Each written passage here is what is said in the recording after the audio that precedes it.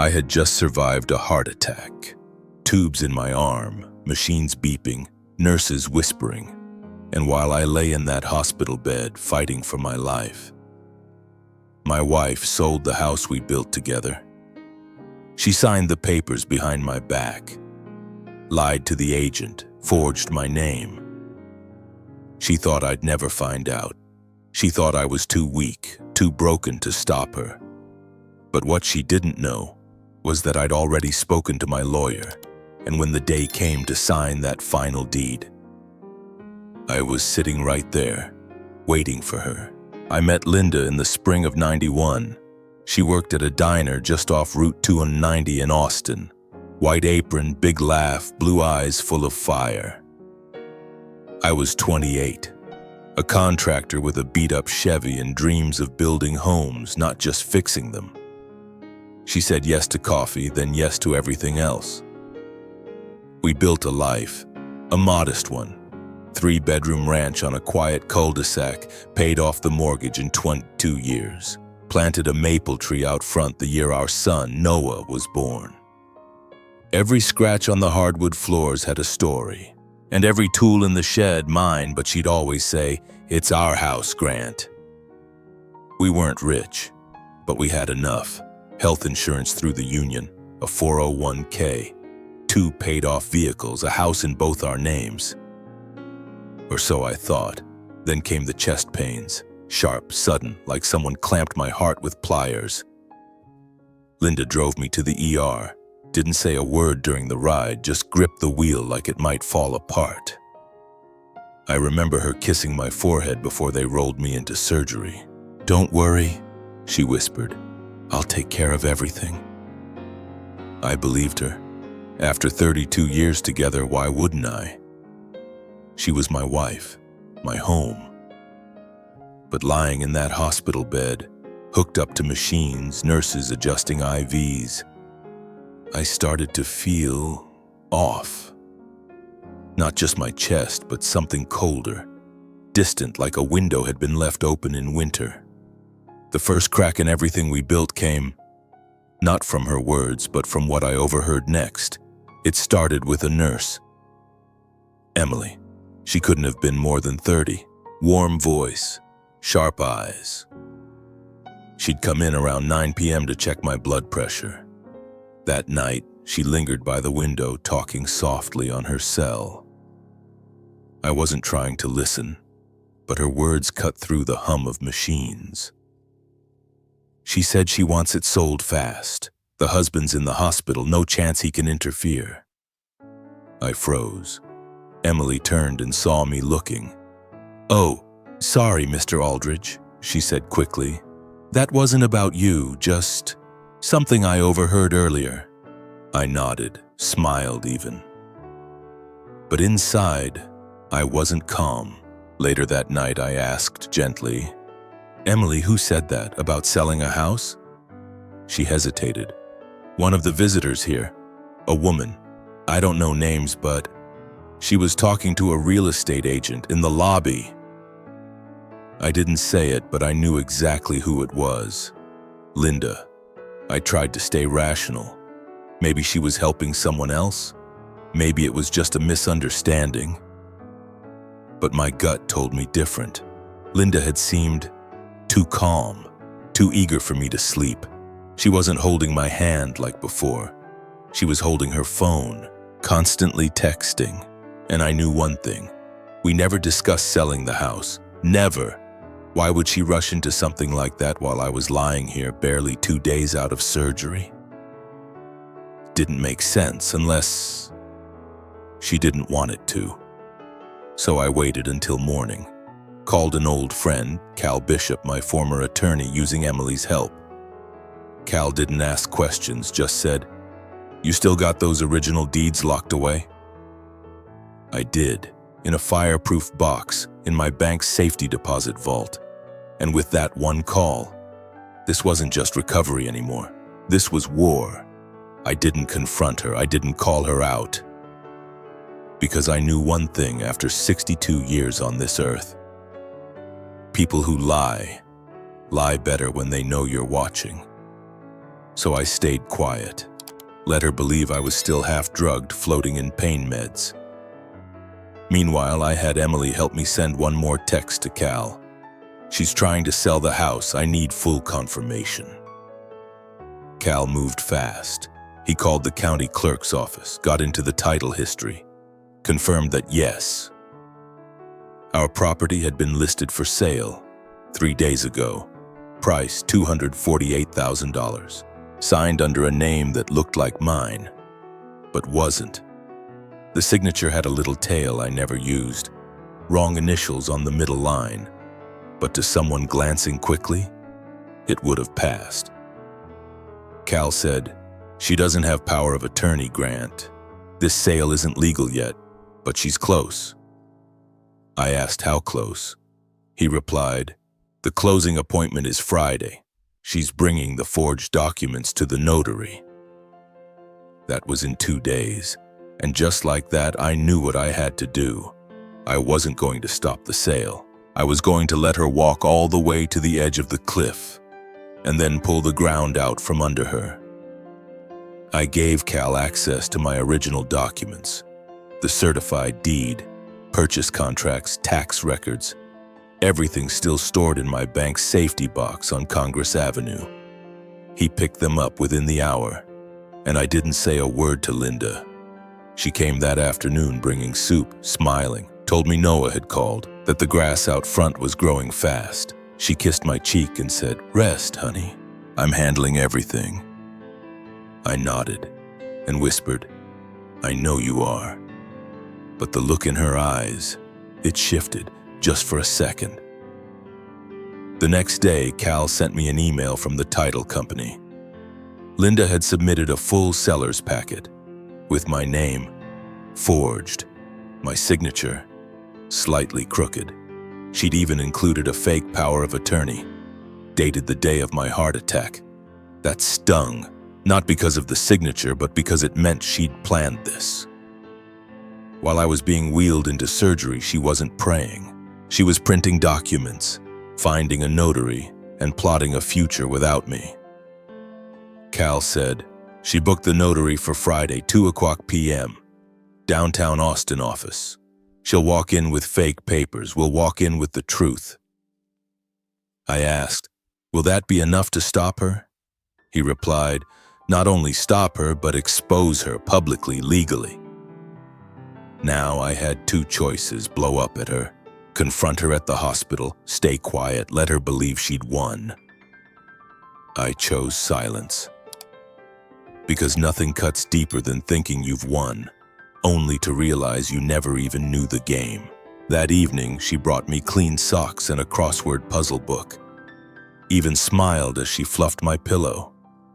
I looked up and said, "You've always been organized, Linda. You'd make a great project manager." She grinned. "Well, I do like handling things." And in that moment, I almost felt sorry for her. Almost.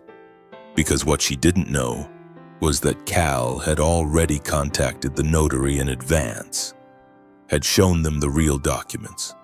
The notary, a woman named Sandra, had agreed to play along, just enough to catch Linda red-handed. The stage was set, Friday at 2:00. My wife would walk into that office smiling, papers in hand, and she'd find someone already sitting in that room. Me. Friday came. The sun was high, sharp light cutting through the blinds in my hospital room. Linda hadn't shown up that morning. No phone call, no text, but I knew exactly where she was. Cal had posted Noah, our son, near the title office. Not to interfere, just to observe. He didn't know the full story, only that something was wrong and I needed eyes on her. Noah wasn't close to me. He sided with Linda in most things, but when I called and said, "I need your help, son," quietly, he didn't hesitate. Sometimes blood still remembers. He texted me at 1:47 p.m. "She's here, parking out front, red folder in hand." I could picture it perfectly. Her gray blazer, that purposeful stride, the smile she probably rehearsed in the mirror. Meanwhile, Cal and I were already in the conference room, waiting. Sandra, the notary, had the real documents in front of her, the ones from my safety deposit box. Every page notarized, date-stamped, authentic. She'd been briefed on the situation. She wasn't just a witness now. She was the difference between Linda walking free or being exposed. At 2:02, the door opened. Linda walked in like she owned the place. Didn't see me at first. She was too focused on Sandra, too eager to hand over her forged paperwork. Then, her eyes met mine and the color drained from her face. I said nothing, just sat back, hands folded, calm.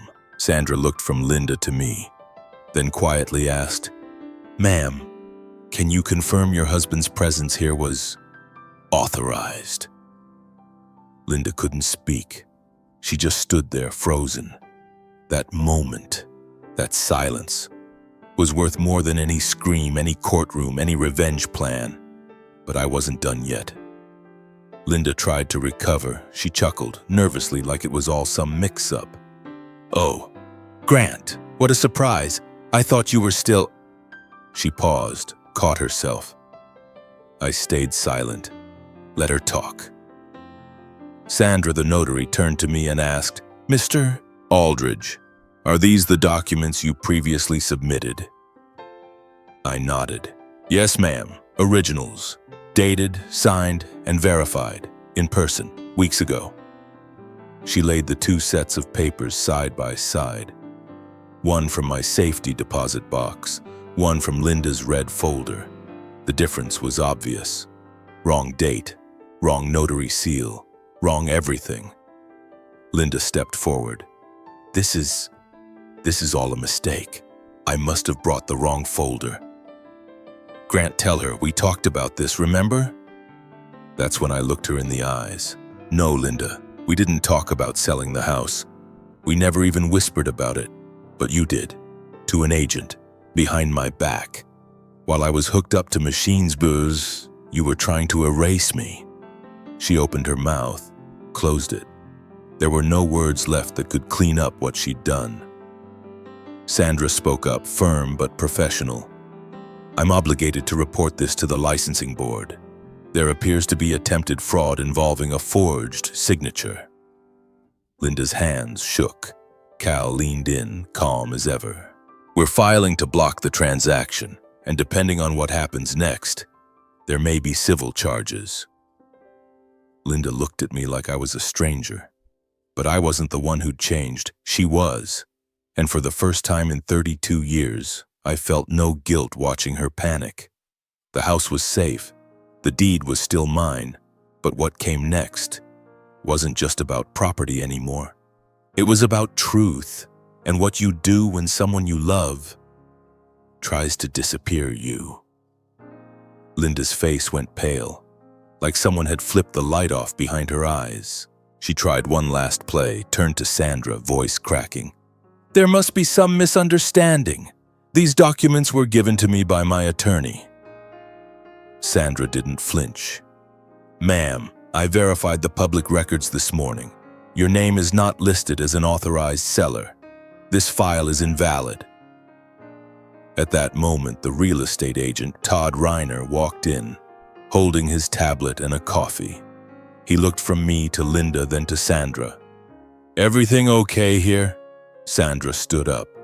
"Mr. Reiner, this transaction is being terminated. There's evidence of forged documents. I cannot proceed." Todd blinked. "Wait, what? Linda, what the hell's going on?" She stammered. "It was supposed to be simple. He was in the hospital. I thought—" "You thought you could sell a house behind his back?" Todd looked down at the papers and shook his head. "I'm out. You're not pulling me into this." He packed his things, said nothing more, and walked out. It was quiet, too quiet. Cal slid a copy of the real deed across the table. Sandra picked it up, double-checked the signatures, stamped it. That thump of the notary seal was final, like a judge's gavel. Linda slumped into the chair across from me, but I didn't look at her. I just stared at the window, letting her sit in the mess she made. For years, I'd imagined betrayal would come with screaming, fights, broken dishes, storming out. But no. Sometimes betrayal comes in whispers, in handshakes, in paperwork filed just before lunch, and sometimes the loudest revenge is watching everything they built on a lie crumble in absolute silence. But even then, I wasn't done. Linda sat frozen, shoulders slumped, breathing shaky, the confident woman who once ran every holiday, every party, every budget, was gone. Sandra stepped out to file her report. Todd had already vanished. The conference room felt 10 degrees colder. That's when Cal reached into his briefcase and pulled out a manila folder.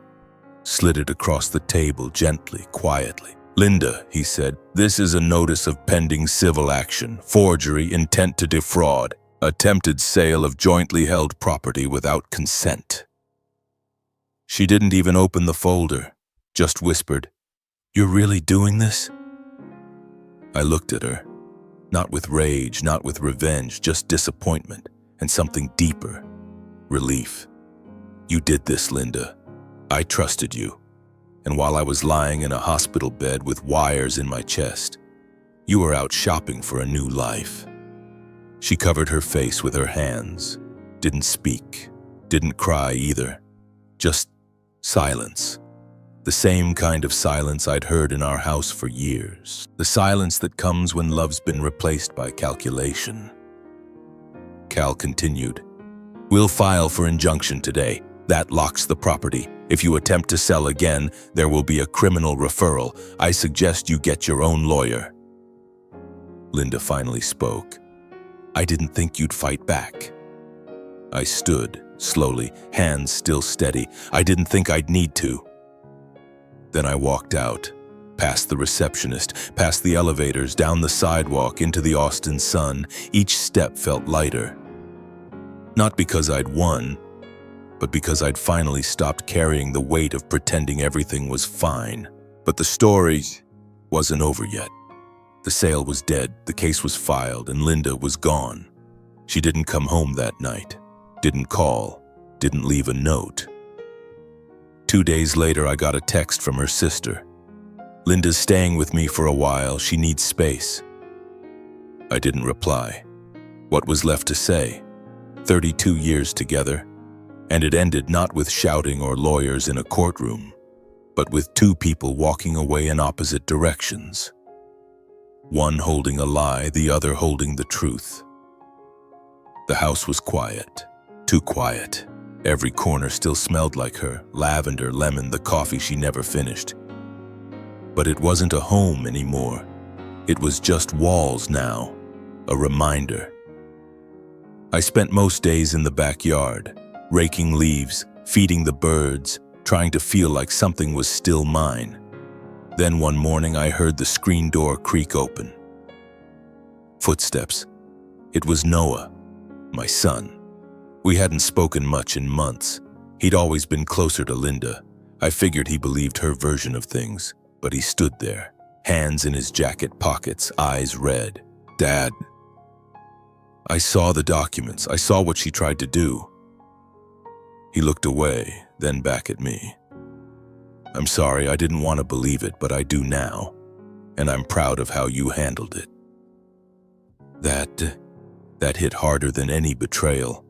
Not because I needed an apology, but because I finally felt seen, understood. I nodded, didn't say much. Sometimes a quiet nod between men means more than 1,000 words. We stood there, both of us watching the maple tree sway in the wind, and for the first time in weeks, the silence felt whole. But fate had one more letter to deliver. A week passed.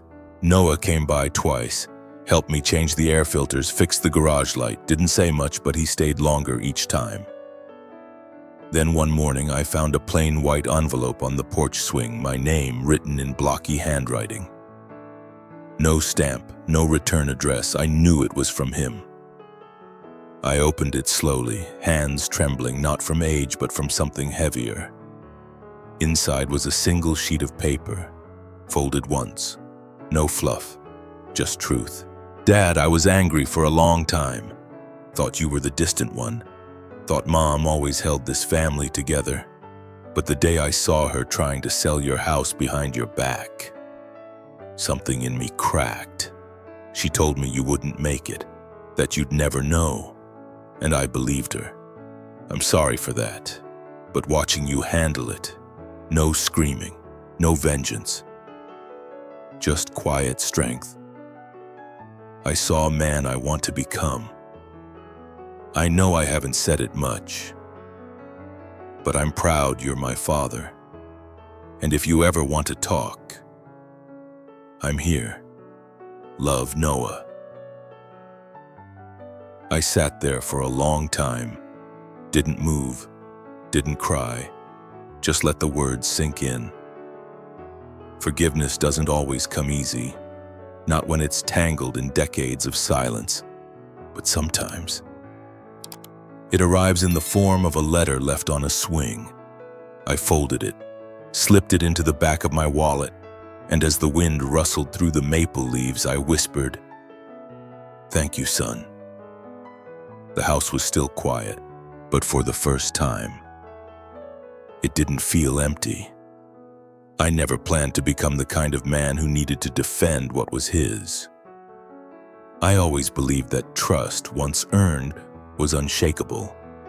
32 years with Linda taught me how to build a life, brick by brick. But in the span of one hospital stay, she tried to sell it all with a smile. I didn't scream, didn't curse, didn't demand revenge. I simply watched, and in that quiet, I learned something powerful. Sometimes silence is the sharpest blade. It doesn't break the peace. It restores it. There's a special kind of strength in restraint. When you've lived enough life, you understand. Not every battle needs to be loud. Not every betrayal deserves a war. Sometimes dignity is found in doing the hard thing the quiet way, filing the right papers, showing up at the right time, holding the truth when everyone else is selling lies. Linda is gone now, not just from the house, but from the chapters ahead. I don't hate her. I don't wish her harm. I wish her clarity, because in the end she gave me mine. And Noah, well, he visits more often now. Sometimes we sit in silence. Sometimes we talk about little things, football, birds, the sound of old floorboards in the hallway, and every now and then, he asks real questions, the kind sons save until they're older, and I answer them, not as a man broken by betrayal, but as a father rebuilt by truth. So if you've been betrayed, if someone tried to take what was yours while you were too tired, too sick, too broken to fight back, I want you to hear this. You're not weak. You're not alone, and you are not done. Your dignity is still yours. No one can sign that away. If this story struck a chord, leave a comment. Tell me what you faced, or just say, "I'm still standing." Because sometimes, that's the bravest thing a man can say.